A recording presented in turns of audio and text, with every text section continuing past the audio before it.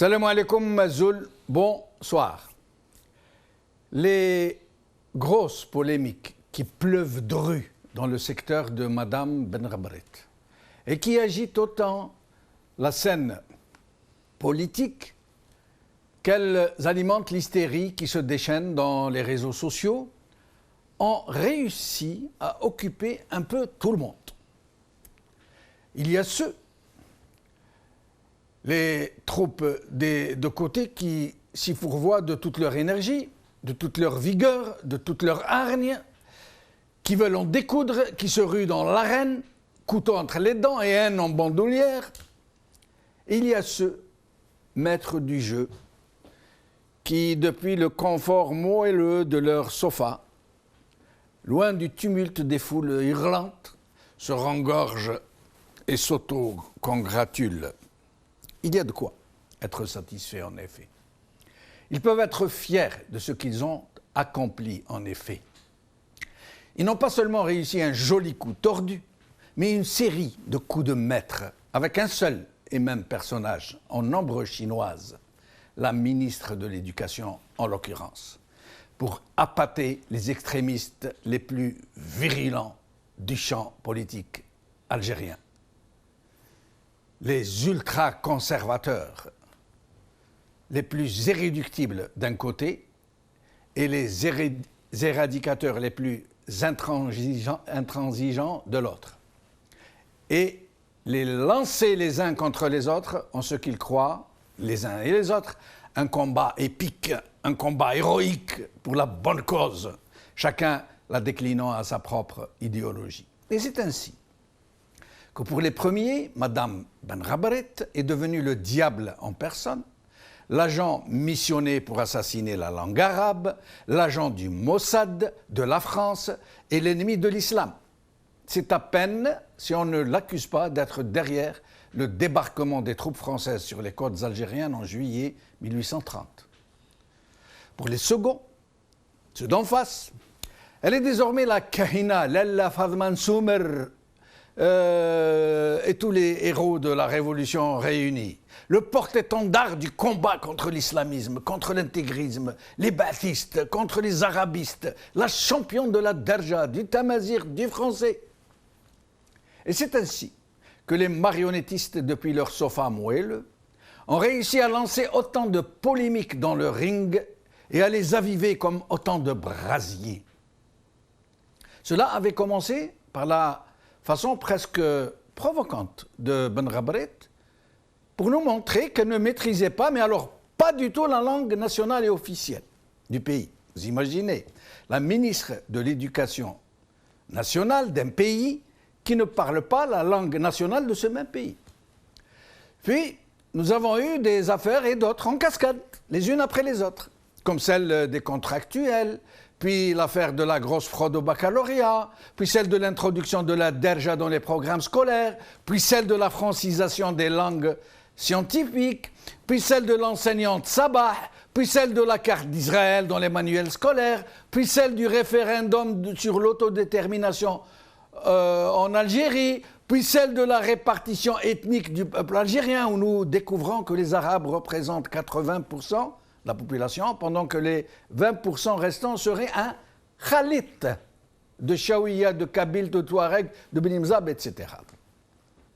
Ces sujets chauds, très chauds, ne peuvent pas être la conséquence d'une quelconque improvisation, voire même d'un simple hasard.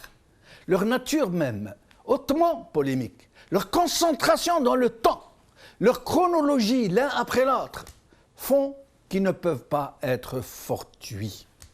Et comme si cela ne suffisait pas, des relais ont été appelés à la rescousse pour chauffer le bendir. Benrabret est devenu la chèvre pour appâter le loup, le phare pour attirer les bateaux en détresse, le chevalier bayard des uns, le diable à lapider pour les autres. Elle est la personnalité politique la plus citée par les médias, la plus présente dans les discussions des réseaux sociaux, l'abcès de fixation de tous les courants politiques. Et de fil en aiguille, presque naturellement, entre brouillard et embrouillamini, à un moment où la société algérienne est traversée de problèmes d'une très grande gravité, qui sont autant de signes avant-coureurs d'une crise qui frappe déjà à nos portes. Voilà que des controverses stériles, qui ne peuvent pas ne pas avoir été montées de toutes pièces, de façon très laborieuse, ont été plantées dans les susceptibilités idéologiques des uns et des autres, comme autant de banderilles, des banderilles, vous dis-je, qui ont rendu fous furieux les extrémistes des deux camps adverses, qui se ruent les uns sur les autres, tête baissée. Les réseaux sociaux, les partis politiques, les journaux et jusqu'aux médias ont dévalé la pente qui leur avait été aménagée pour débouler sur le piètre champ de bataille qui leur avait été délimité, soigneusement balisé pour que personne n'en déborde. Juste Ben Rabaret. Ben Rabaret et rien d'autre.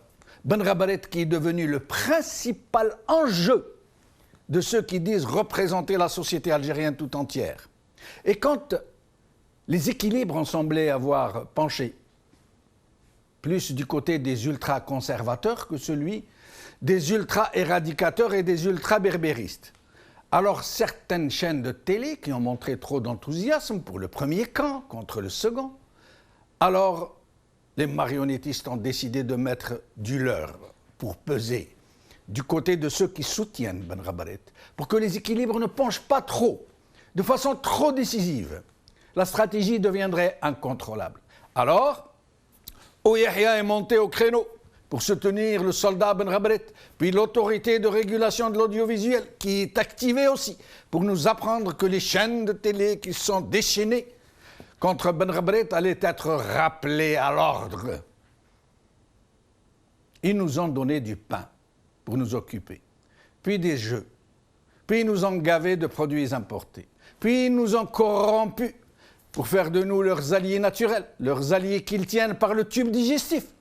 Et maintenant qu'ils n'ont plus les moyens de nous amuser et de nous gaver, voilà qu'ils semblent avoir remis au goût du jour la plus vieille méthode de gestion des foules, la plus éprouvée et la plus facile, diviser pour régner, tout faire pour canaliser les colères, nous contre nous, plutôt que nous contre eux tous. Aujourd'hui, Al-Watan, réforme du système éducatif, manuel scolaire, l'autre talon d'Achille, par Fatima Eid Khaldoun Arab. Le soir d'Algérie, une association des parents d'élèves appelle au boycott des nouveaux manuels scolaires. Ben Rabaret, la poursuite en justice, par MK.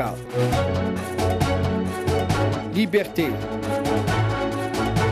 Après la constatation d'une erreur dans le manuel de géographie de première année moyenne, Ben Rabaret de nouveau ciblé, par Ammar R.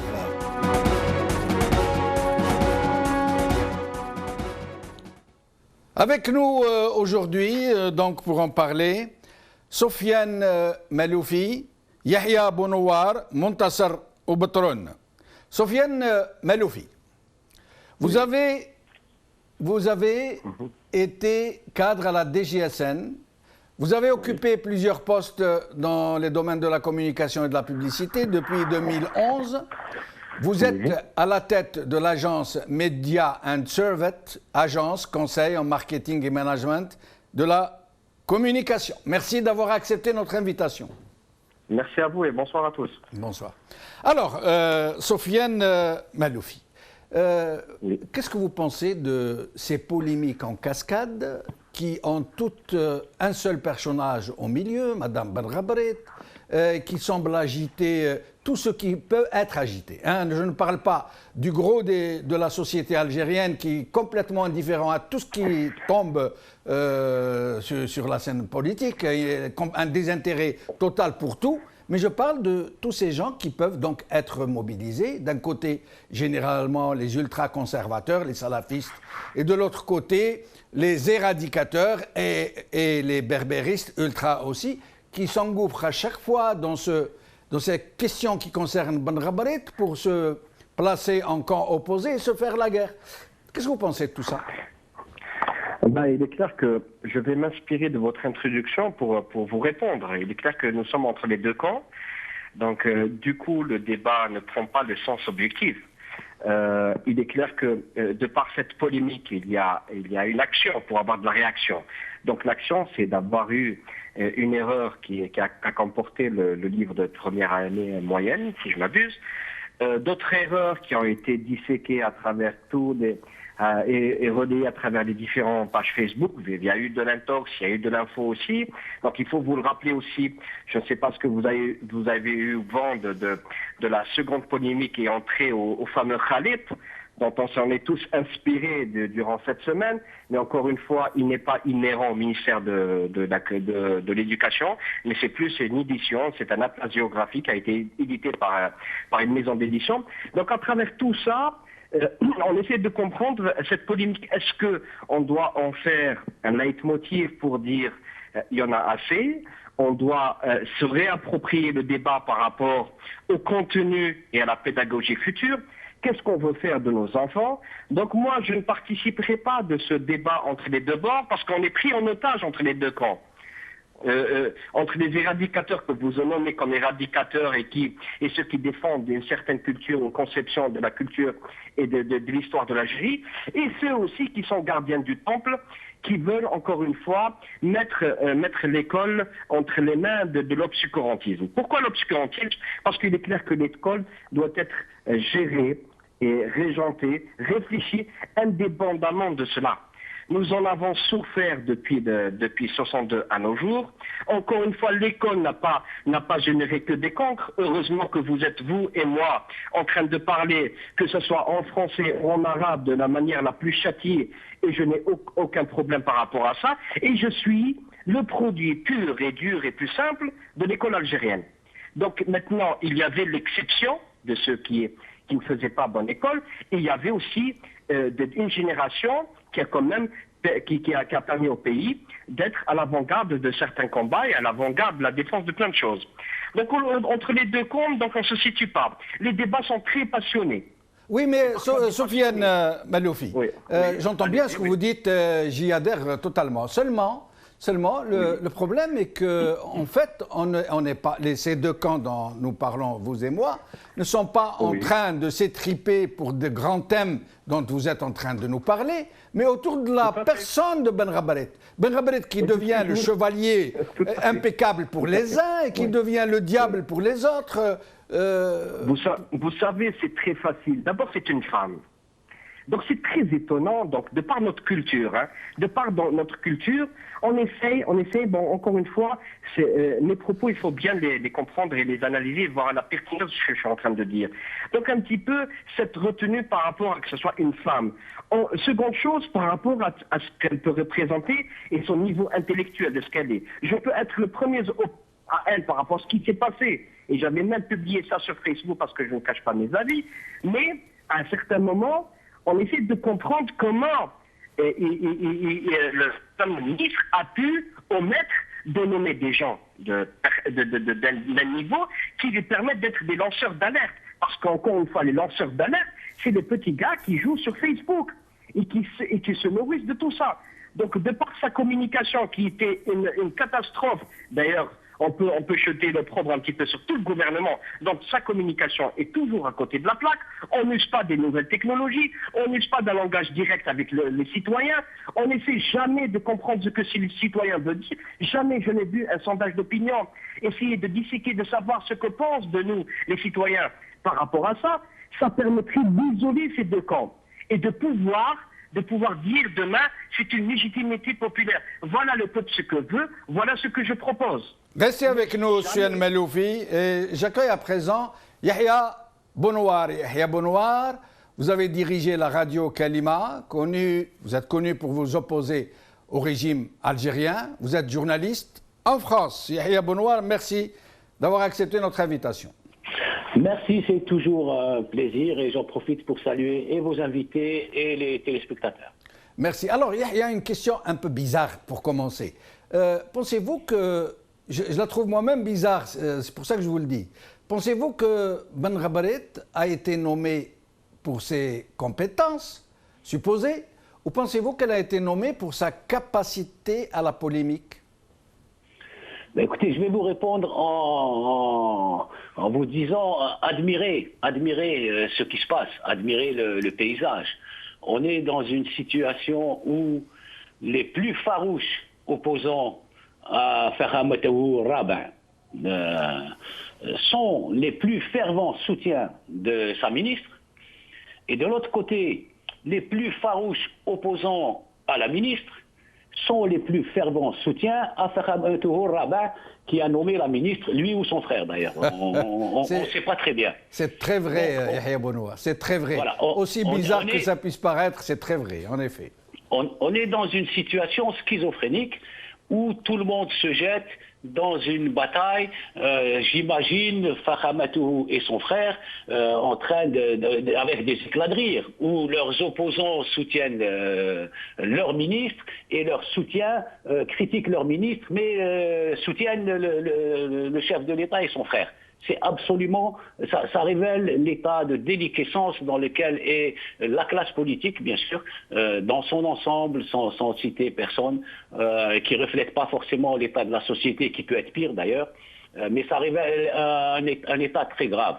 Pendant ce temps-là, eh bien, on ne parle pas... Yahya Bounoua, avant que vous ne poursuiviez, j'aimerais que vous répondiez à ma question. Est-ce que vous pensez qu'elle a été nommée pour ses compétences supposées, ou parce qu'elle est porteuse de polémiques en latence qui n'attendent que d'exploser un peu partout et dans tous les sens? Ça peut être les deux. Donc, je ne vais pas remettre en cause ses compétences puisque je n'ai pas eu à étudier ce qu'elle a fait ni sa carrière. Mais ça permet aujourd'hui au régime, donc je poursuis un peu ce que je disais, de dire, regardez les extrémistes, d'un bord comme de l'autre, heureusement qu'on est là au milieu. Ça se passe ainsi depuis 62 et notamment depuis 92. On allume les deux extrémistes des deux côtés et on se présente comme celui qui va assurer la stabilité. Ce régime fait ça régulièrement, à chaque fois qu'il a besoin d'un nouveau souffle de légitimité, entre guillemets, eh bien, il allume les deux extrémismes pour se présenter comme celui qui apaise et comme le seul à pouvoir gérer le pays, puisque sinon les autres vont s'entretuer. C'est on est là-dessus. On est dans des situations dogmatiques, on est dans des situations d'idéologie, ça s'écharpe sur une ministre, alors que cette ministre, si elle est là, c'est bien parce que quelqu'un l'a nommée ici. Cette ministre n'est pas une personnalité politique. Elle n'a jamais été élue quelque part. Elle a été choisie un jour comme ça par hasard et on lui a dit tu es ministre et tu vas faire ceci. Donc, par hasard, vous pensez vraiment qu'elle a été choisie par hasard? Enfin, par hasard, elle a été choisie pour faire ce qu'elle est en train de faire. Et comme vous l'avez dit dans votre introduction, eh bien, on fait chauffer les tambours des deux côtés. Qu'elle dise quelque chose, ou quelquefois elle n'a même rien dit, on lui a inventé des propos, et on fait chauffer les tambours. Remarquez, mais vous l'avez remarqué, que ceux qui attaquent le plus la ministre, dans la classe politique et dans les médias, les télévisions qui attaquent, dont parle le ministre hier, le chargé de, je ne sais pas quoi. Voilà, qui fait un appel d'ordre et une mise en garde aux médias qui critiquent trop la ministre.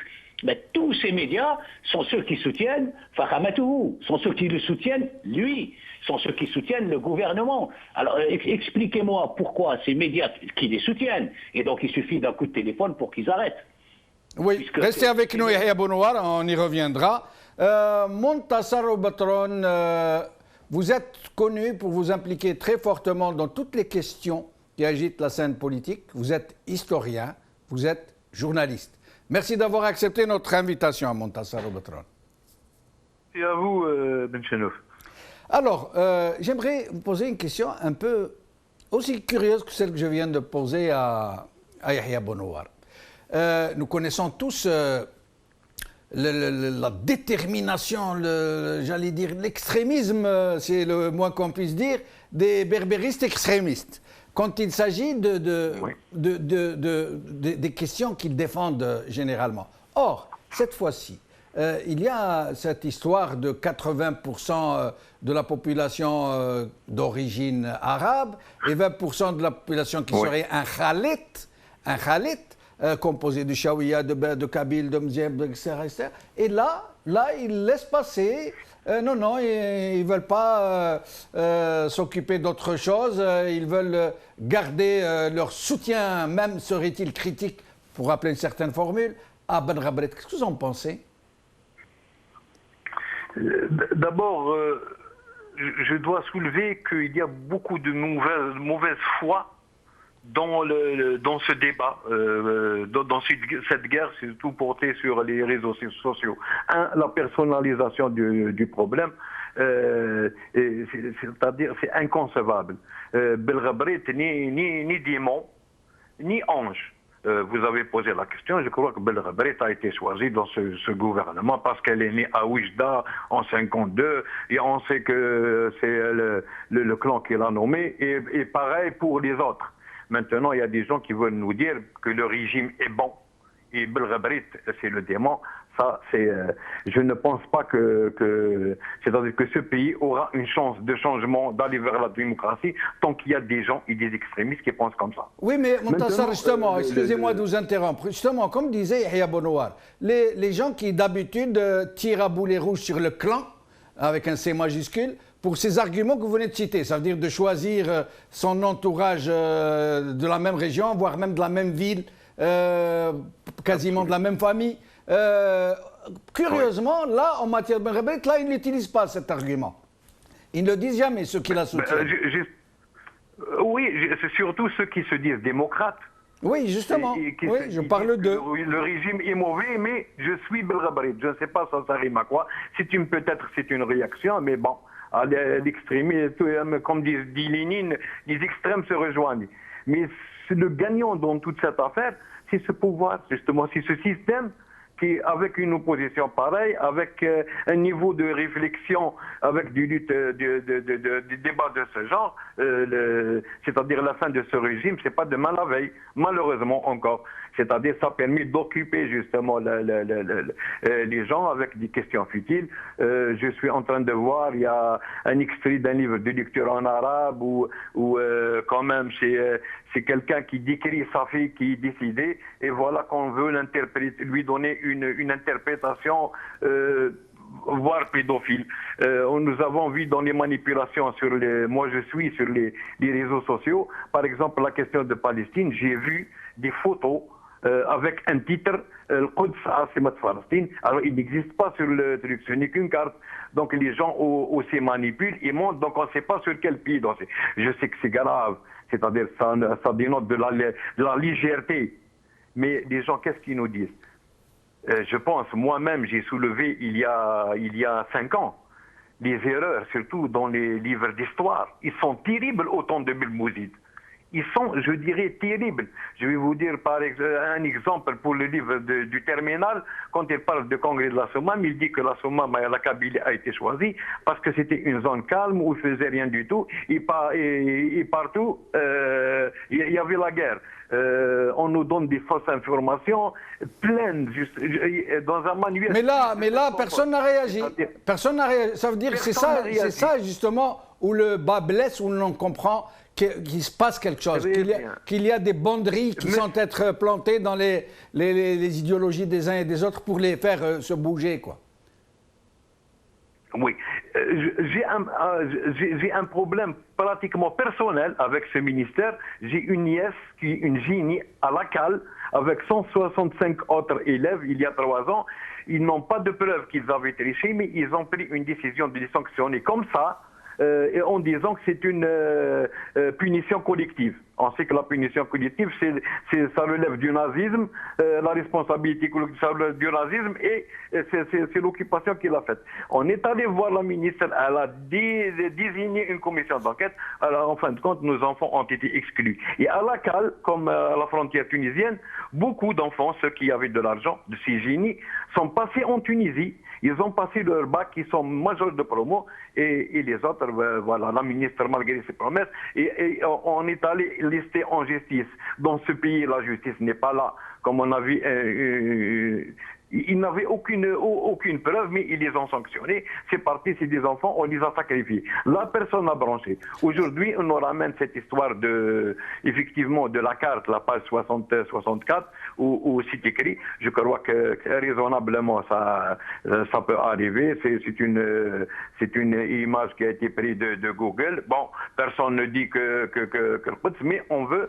Oui, mais justement, Montassar Obatrun, quand on prend par exemple cette autre polémique qui est en train de monter, hein, elle va arriver demain ou après-demain, elle est déjà sur les réseaux sociaux. Cette histoire de plaques anatomiques qui sont dans les manuels scolaires, dont certains représentants du ministère disent que non, ça fait partie de l'éducation sexuelle des enfants pour les préparer à l'âge adulte, à leur jeunesse, alors que de l'autre côté, les ultra-conservateurs sont en train de tirer à boulet rouge pour dire non, mais ça, c'est contre les mœurs, c'est un attentat aux mœurs et tout. Il y a manipulation de contenu. Il y a des interprétations. Maintenant, comme on n'a pas les manuels, il faut vérifier. C'est-à-dire que les nouvelles techniques de l'enseignement, les nouveaux programmes, effectivement, sans parler de Belrabrit, on enlève carrément, et ce n'est pas elle qui fait ces problèmes, ce n'est pas Belrabrit qui a dessiné une scène d'accouchement, c'est un ensemble de cadres, etc., qui l'ont fait. Elle n'est que ministre, donc elle n'est pas directement liée. Dernièrement, il y a eu la petite polémique avec cette fille qui se permet de faire un selfie et qu'on a voulu en faire une icône. Voilà une bêtise dans une école à Barika. On en fait un duel entre une ministre et une institutrice qu'on a appelée après professeur. Vraiment, c'est pas comme ça qu'on doit poser. Il y a justement une lutte avec les nouveaux programmes, c'est vrai. C'est vrai, il nous faut des nouveaux programmes. Restez avec nous, Montassar Obatrun. Je reviens à vous dans un moment pour parler de cette histoire de programme. Yahya Bonouar, je reviens à vous. Avant de vous poser une question, j'aimerais vous montrer quelque chose au sujet d'Israël, justement, parce que maintenant, c'est au sujet de cette polémique, de cette carte d'Israël. Je vais vous montrer quelques images. Là, vous voyez Gaïd Salah, le grand patron, le grand boss de l'armée algérienne, qui est assis à la même table que le représentant de l'armée israélienne. C'est une réunion de l'OTAN. Nous allons voir une autre image. Là, nous voyons Bouteflika avec Ehud Barak, qui était à ce moment-là Premier ministre d'Israël. Là aussi, nous le voyons. Donc, alors là, je reviens à vous, Yahya Bonouar. Il n'y a quasiment eu pas de réaction, ou à peine dans certains intellectuels qui sont offusqués, mais ça n'avait pas bougé, j'allais dire, d'aussi large pan de la société que cette fois-ci pour cette histoire de carte de la Palestine qui a été présentée comme étant la carte d'Israël. À votre avis, qu'est-ce que cela veut dire ? Ben, ça confirme ce que je dis depuis tout à l'heure et que vous avez très bien décrit dans votre introduction. On est dans la manipulation. Et tout le monde s'en fout que de la carte d'Israël. Tout le monde s'en fout que Fahamatohu, à l'époque, c'était numéro 1, premier mandat, a serré la main d'Ehud Barak. Tout le monde se fout que Gaïd Salah se réunisse avec les généraux israéliens. Mais quand on a besoin de créer des polémiques, quand on a besoin de faire sortir les deux extrémismes pour se placer au milieu et dire au monde entier, regardez, c'est nous ou ces deux malades qui vont s'entretuer, et nous on assure la stabilité, la fameuse stabilité. Quand on a besoin de l'heure pour qu'on ne parle pas de la situation, la déliquescence de l'État, pour qu'on ne parle pas de la photo et du frère de la photo qui dirige le pays, pour qu'on ne parle plus de la crise financière et économique qui est en train d'enfler au-dessus de nos têtes comme un ouragan enfle au-dessus des océans et qui va se transformer bientôt en crise sociale qui pourrait emporter tout le pays, pour qu'on ne parle plus de la corruption, pour qu'on ne parle plus de l'état des institutions, notamment au niveau local, où on ne peut même plus assurer quoi que ce soit, pour qu'on ne parle plus de la situation sociale, où le pouvoir, le gouvernement, chaque jour, annonce des nouvelles mesures d'austérité qui vont appauvrir les plus pauvres. Eh bien, vive Ben Rabrit, elle n'aurait pas existé, qu'on l'inventerait, parce qu'elle rend service à tout le monde. Voilà la situation dans laquelle... Mais Yahya Bounoir, ces gens qui se disent un peu les élites de ce bord et de l'autre, les éradicateurs et les ultra-berbéristes qui sont au créneau, qui se disent presque les représentants de leur courant, et les autres, les salafistes qui se disent très activistes, qui sont sur le Facebook, sur le Twitter, qui sont un peu partout, et qui se disent donc des élites en quelque sorte, ils se laissent mener ainsi par le bout du nez, ils se laissent piéger comme ça, ils ne se rendent pas compte qu'ils sont utilisés pour se tirer dans les pattes les uns des autres. Ils ne se rendent pas compte, c'est pas possible. Eh ben non, cher ami, ils ne se rendent pas compte parce qu'ils ne réfléchissent pas, ils agissent en fonction de leur idéologie, ils agissent en fonction des dogmes. Quand vous avez des personnes dogmatiques qui ne réagissent que par leur idéologie, ils sont persuadés qu'ils ont raison et que le monde entier a tort, il suffit de lancer un petit os et ils plongent la tête la première, quitte à détruire tout un pays. Mais le problème, Yahya Bounoir, c'est que les deux camps sont opposés au régime. Les deux disent « nous ne voulons pas de ce système, nous le combattons et tout », et ils tombent dans son panneau pour les uns défendant celle, comme vous l'avez dit vous-même tout à l'heure, défendant celle qui a été nommée par le clan Bouteflika lui-même, clan qu'ils disent combattre, et les autres, les ultra-conservateurs, pareil, qui disent combattre le régime et qui tombent dans son piège, qui se font j'allais dire, l'autre côté de la balance pour venir équilibrer un truc qui est censé occuper la foule. C'est pas possible à ce point-là, et presque personne n'entre dans les réseaux sociaux, n'entre dans la scène, dans le ring, pour dire hey, les gars, il faut arrêter. Mais ils sont en train de se jouer de vous, ils sont en train de se servir de vous, de votre haine, les uns pour les autres. Il faut arrêter.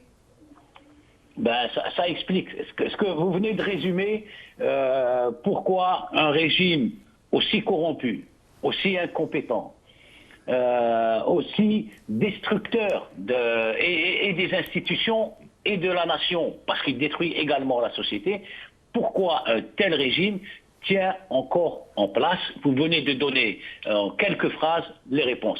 Voilà, ils tiennent parce qu'ils ont détruit les fondements de la société algérienne. Ils ont monté les uns contre les autres. Il faut vous rappeler que pendant 10 ans, les Algériens se sont fait la guerre comme pire que des chiens, hacha des chiens. On s'est entregorgés, on s'est entretués comme des malades. Et ils sont toujours là. C'est-à-dire, le résultat, c'est que le régime est toujours là après une guerre civile terrible. Aucun des deux n'a gagné, sauf que eux, ils sont toujours là. Et tant qu'on est dans ce schéma-là, ils seront encore là dans 20 ans. Il va y avoir une explosion qui est programmée, qui est dans l'ADN, qui va avoir lieu dans 1, 2, 3 ans. Dès qu'il y aura moins d'argent, on va à nouveau s'entretuer comme on l'a fait il y a 30 ans. Mais avec le risque qu'après, ils seront encore là, parce que, voilà, à chaque fois, ils allument les mèches des deux côtés, et ils apparaîtront comme le moindre mal. Et on tombe dans le panneau, on est tombé dans le panneau il y a 30 ans, quand je dis on, c'est le tout pays. Le monde. Et ouais. on risque de retomber dans le même panneau, que le même piège qui est tendu en Syrie, qui est tendu ailleurs, avec deux extrémismes, et j'apparais comme celui qui peut assurer la stabilité. Mot magique, adoré par l'Occident. Dès que vous dites un peu de stabilité, eh bien les Occidentaux vous soutiennent. Restez avec nous, Yahya Bounoir. Je reviens à Sofiane Maloufi. Sofiane Maloufi, d'abord, avant de vous poser notre question, vous qui avez été à la DGSN, qui avez été donc proche de ce régime d'une façon ou d'une autre, qui disposait d'une société très sensible, ça veut dire que vous avez besoin de ce régime pour avoir du travail. Vous avez le courage de venir comme ça, al Magharibia, pour traiter de sujets aussi sensibles, aussi délicats? je me réjouis pas du portrait peu reluisant que vous venez. Non, j'essaye de dire les choses Ce que je suis. sans... Non, je ne suis pas d'accord par rapport à cette description. Il est clair. D'abord, si j'étais un commis de l'État, il est clair que il faut dissocier le fonctionnaire de police que j'étais par rapport à mes accointances supposées avec le régime. Mea culpa, Soufiane Maloufi. Tout à fait. Je m'excuse, c'est vrai, j'ai dépassé un peu le... Citoyens et protéger des citoyens, au-delà de tout. Exact. Parfois même au péril de notre vie. Pour revenir aussi à la société, il est clair que si je suis sur le Marabia parce que je suis jaloux de cette liberté de temps qui a fait qu'en 2006, j'ai décidé de donner un autre sursaut à ma carrière et à ma vision de cette Algérie que je voulais d'abord qu'elle soit pour mes enfants. Donc quand on a des enfants réfléchis différemment, il est clair que la décennie noire passée, on a eu le don de soi, on a donné un petit peu de ce que nous sommes pour cette Algérie. Il est clair que nous sommes déçus, c'est clair que nous aurions aimé avoir une situation un peu meilleure que celle-ci. Mais il est clair aussi que nous aurions aussi aimé avoir tous les enfants de l'Algérie qui viennent nous épauler, parce qu'encore une fois, c'est un combat. Je ne pense pas que les États-Unis sont des combats et des sacrifices. La France, le Maroc, le Tunisie et d'autres pays qui peut-être peuvent être un exemple. Mais encore une fois, la démocratie se cherche partout ailleurs. Nous aussi, nous la cherchons. Nous avons une sociologie, une consistance sociologique qui nous permettra peut-être demain de prétendre à une démocratie parfaite. On se cherche. Il est clair que si on revient au sujet sur lequel nous parlons, encore une fois, c'est les tensions et c'est la passion qui parle. Beaucoup de gens font de commerce. Je ne suis pas aussi d'accord par rapport à la caricature de la société. Ce n'est pas les salafistes, ce n'est pas les berbéristes. Si les salafistes existent, doivent vivre dans notre pays. Si les berbéristes existent, doivent vivre dans notre pays, se revendiquer. Si d'autres personnes aussi existent dans ce pays et qui sont algériennes, doivent se revendiquer et aussi œuvrer pour la défense de leurs droits. Donc moi, je n'ai pas de problème par rapport à ça. Mais ce que j'ai de problème, c'est le fondamentalisme, qu'il soit de droite ou de gauche. Mais qu'est-ce que vous vouliez dire abouti à nous entretuer pendant les années 90. C'est ce fondamentalisme. On essaie d'obliger avec une force, avec une violence, pour essayer de faire aboutir cette folie furieuse. Que ce soit de droite ou gauche, vous avez caricaturé la société comme salafiste ou berbériste. Donc, vous voulez tout à l'heure...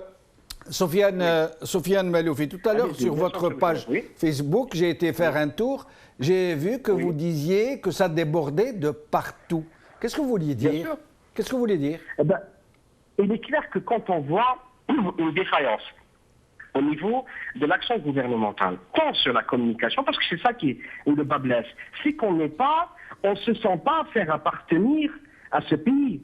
On ne sent pas cette appartenance, ce qui est le plus grave. C'est qu'on n'est pas impliqué et intégré dans ce qui se passe pour nos enfants dans le domaine de l'éducation. À aucun moment, je n'ai su c'est quoi Hadil Mandoum Adjil-Tani, par exemple. J'aimerais qu'on nous parle. J'aimerais que des spécialistes. Je n'ai pas besoin de imam ou d'un défenseur d'une certaine culture. J'ai besoin de spécialistes qui viennent nous parler de l'avenir de nos enfants. Et qu'est-ce que nous voulons pour ce pays? Qu'est-ce que nous prétendons faire? Qu'est-ce que nous voulons de ce pays qui devient d'ici 50 ans?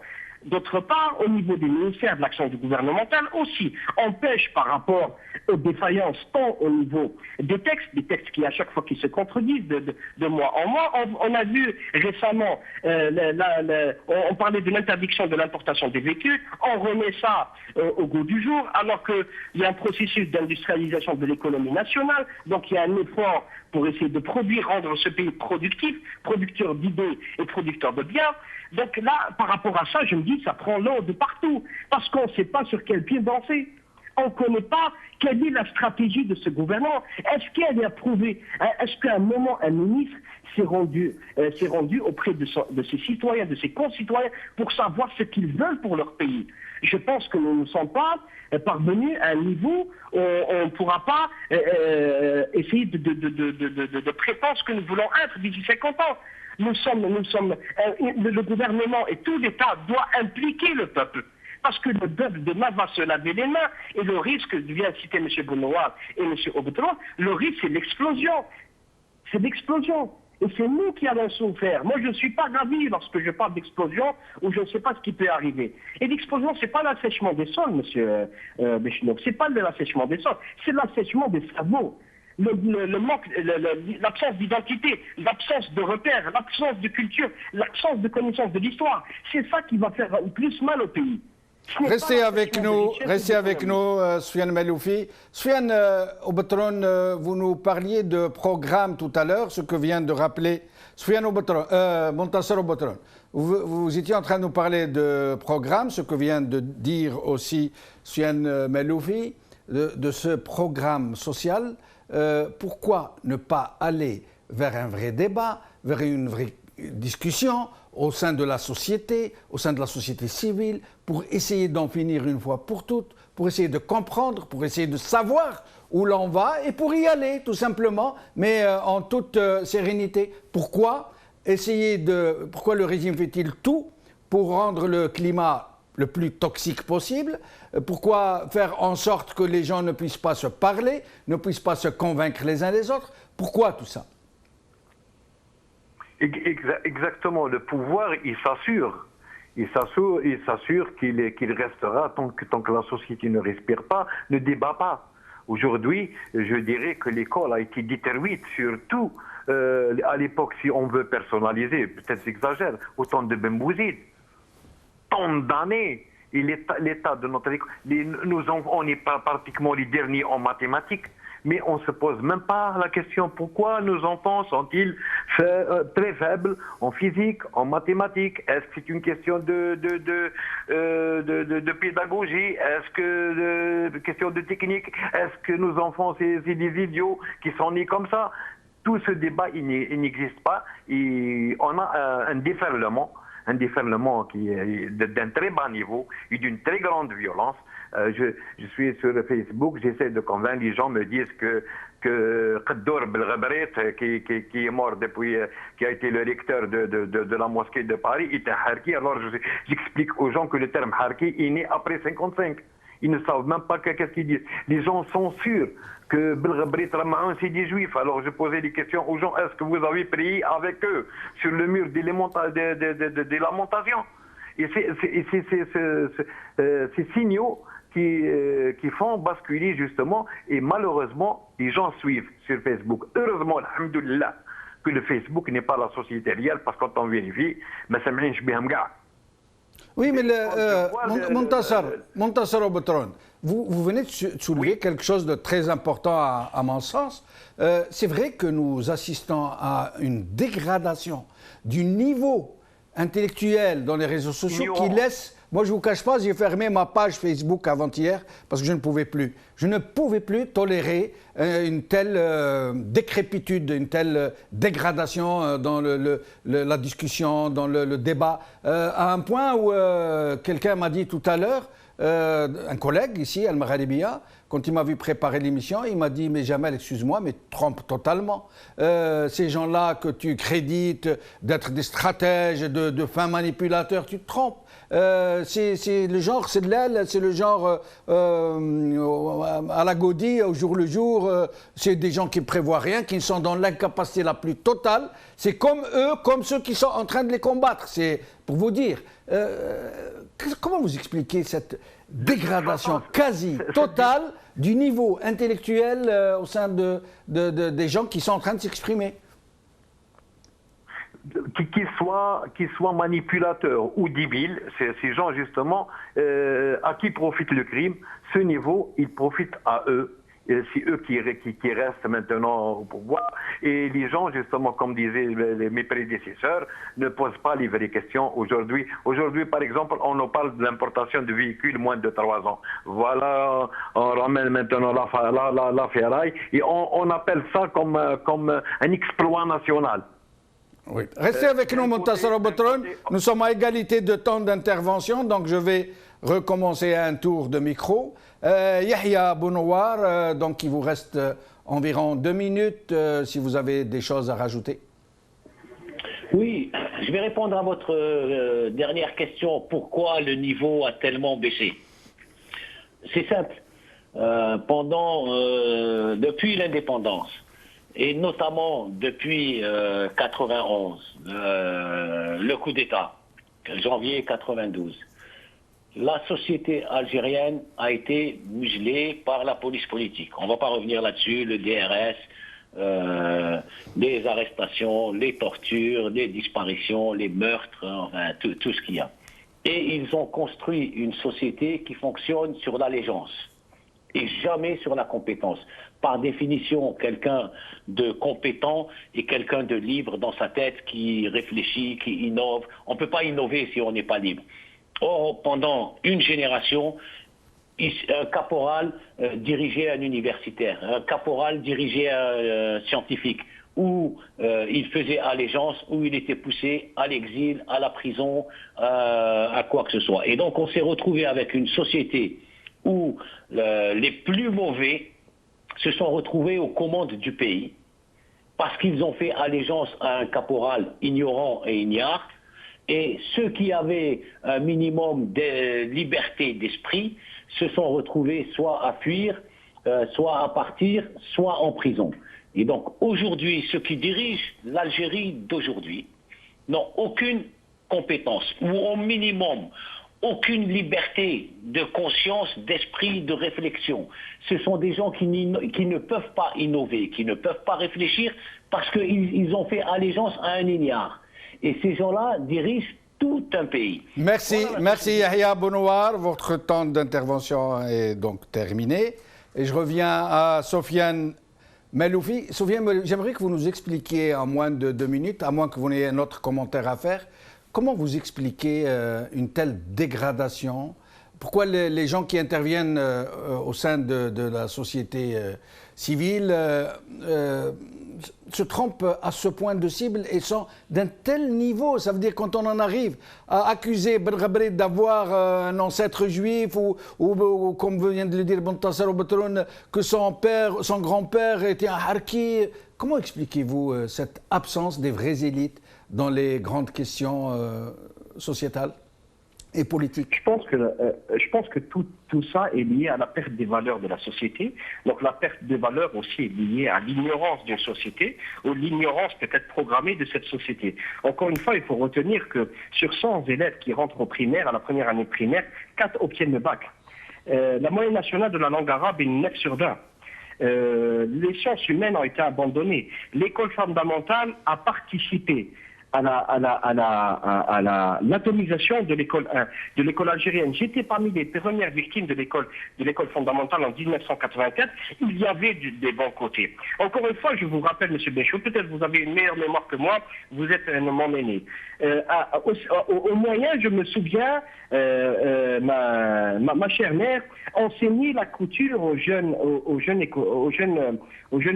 collégiennes.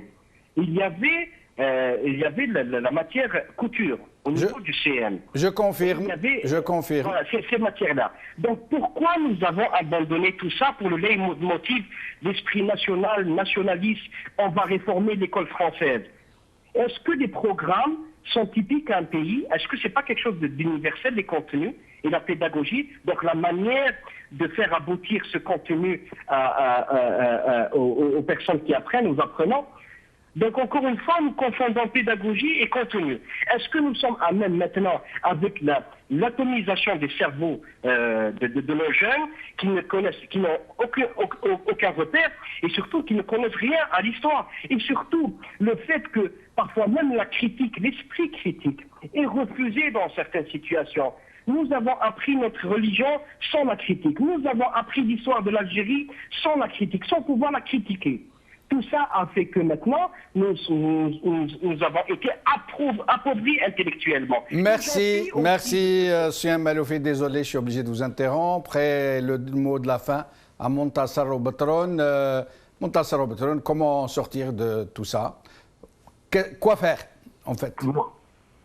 De toute façon, le constat est là. L'école va très mal. L'Algérie va très mal. On a un système, un régime qui doit disparaître pour ouvrir justement la voie à du nouveau sang, à un régime démocratique où la parole doit être donnée au peuple, qui on va demander son avis, comment il veut s'organiser, comment, etc. Lui donner la parole, ne pas lui imposer des choses. Depuis les années 70, on parlait déjà dans la manipulation politique, quand même au temps du parti unique, toutes ces tendances existaient, vous savez, M. Benjenou, même si ce n'était pas des partis. Et on parlait que Boumedienne a voulu faire sortir Nahna de prison, lui disant qu'il voulait lui remettre l'éducation. Alors effectivement, l'école est devenue un enjeu, une guerre idéologique. C'est pour ça qu'on voit ces répercussions avec ce niveau très bas. Elle doit cesser. L'école, c'est un secteur stratégique. C'est l'avenir, il est plus important que l'industrie. Il faut laisser la parole justement aux spécialistes. On doit ouvrir le débat. La dernière fois dans votre émission, je pense qu'on a parlé sur l'éducation. J'ai entendu le représentant du syndicat quand Belghabrit a annoncé c'est justement les nouvelles concernant la langue arabe et les sciences. Et les syndicats ne sont même pas informés. Oui. Les parents d'élèves ne sont pas informés. Ce pouvoir d'abord, ce régime, il doit partir. Et même quand il y a le régime qui vient, il doit s'ouvrir à un dialogue et pour pouvoir fonctionner correctement. Je refuse d'accepter ce débat personnalisé contre une femme et pour une femme. Je condamne, moi, tous ceux qui s'acharnent sur Belghabrit, et je condamne aussi ceux qui veulent me mettre des trucs. Je suis Belghabrit. Moi, je ne suis pas Belghabrit. Madame Ramaoun, c'est une femme ordinaire, c'est une universitaire qui a été aux classes. Elle n'est pas fameuse dans le domaine de la pédagogie. Peut-être un petit peu son mari qui est spécialisé dans la sociologie de l'éducation, mais il n'est pas terrible. Elle n'a pas d'études. C'est une femme comme les autres. Il y a des ministres plus médiocres qu'elle. Donc la question, les gens doivent avoir le courage pour demander s'il y a un changement pour instaurer un régime démocratique et de personnel compétent. Merci. Merci Montassar Oubatroun. Merci Yahya Bonouar. Merci Soufiane Melouvi.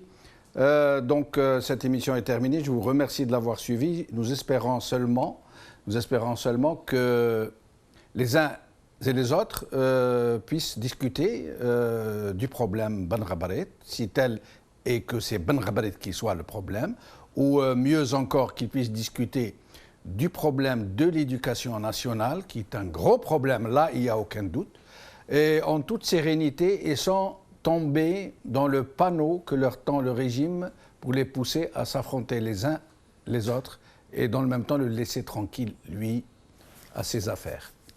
السلام عليكم قوال خير بالسلامة.